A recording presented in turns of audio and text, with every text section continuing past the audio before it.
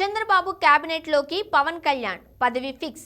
ఏ శాఖ అంటే ఆంధ్రప్రదేశ్లో కూటమి ప్రభుత్వం కొలువుదీరబోతోంది. ఈ నెల 12న ముఖ్యమంత్రిగా తెలుగుదేశం పార్టీ అధినేత నారా చంద్రబాబు నాయుడు ప్రమాణ స్వీకారం చేయబోతున్నారు. మరి కొత్తగా ఏర్పాటయ్యే ప్రభుత్వంలో కేబినెట్ సంగతి ఏంటి?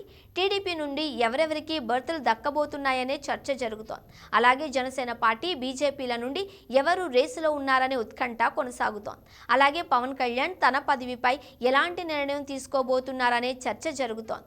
ఈ క్రమంలో పవన్ కళ్యాణ్ ఉప ముఖ్యమంత్రి పదవిపై ఆసక్తిగా ఉన్నారనే ప్రచారం మొదలైంది. ఓ నేషనల్ ఛానల్తో ఈ విషయాన్ని చెప్పినట్లు ఆదివారం సాయంత్రం స్క్రోలింగ్ నడిచింది. ప్రధాని మోదీ, కేంద్ర మంత్రుల ప్రమాణ స్వీకారోత్సవానికి పవన్ కళ్యాణ్ సతీ సమేతంగా హాజరయ్యారు.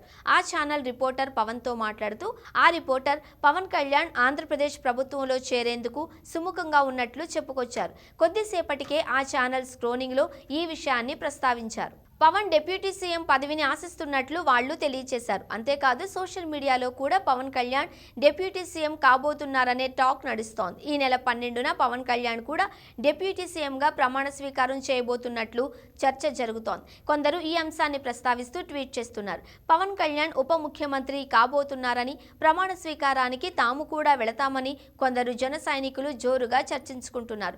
జనసేనకు 3 మంత్రి పదవులు కేటాయించారని కూడా వారు ట్వీట్లు చేస్తున్నారు.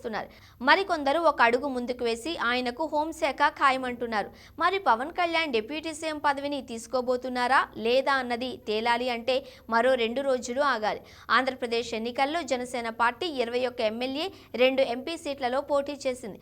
అన్ని స్థానాలలో విజయం సాధించింది. దీంతో ఏపీలో ఏర్పాటు కాబోయే కేబినెట్లో టీడీపీతో పాటుగా జనసేన, బీజేపీలకు స్థానాలు ఖాయంగా కనిపిస్తున్నాయి. జనసేనకు 3 నుంచి 4, బీజేపీకి 2 మంత్రి పదవులు ఇస్తారనే చర్చ జరుగుతోంది. టీడీపీ అధినేత చంద్రబాబు నాయుడు ఢిల్లీలో ఉన్నారు. ఆయన సోమవారం తిరిగి అమరావతికి రానున్నారు.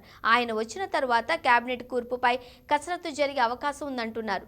సోమ, మంగళవారాలలో మంత్రివర్గంపై ఓ క్లారిటీ వస్తుంది అంటున్నారు. ఈసారి టీడీపీ నుంచి ఆశావహులు చాలా మంది ఉన్నారు.